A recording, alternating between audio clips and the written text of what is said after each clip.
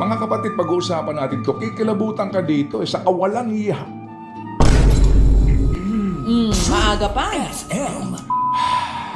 Saan nila dinala pera? Yan ang isa pa. That's the question. Where is the money? And yung sinasabi kahapon ni Justice, why is there an urgency to transfer the fund?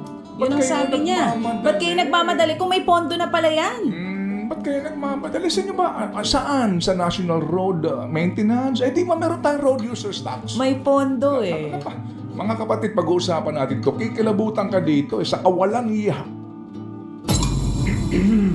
Maaga pa. Direk Joey, good morning sa iyo. Alam nyo ba, mga kapatid, no? Na sa Pilipinas po, ang isa sa pinakamahirap na problemang pangkalusugan ay yung mga biktima ng stroke. Okay? Meron pong ginawang pag-aaral. Kung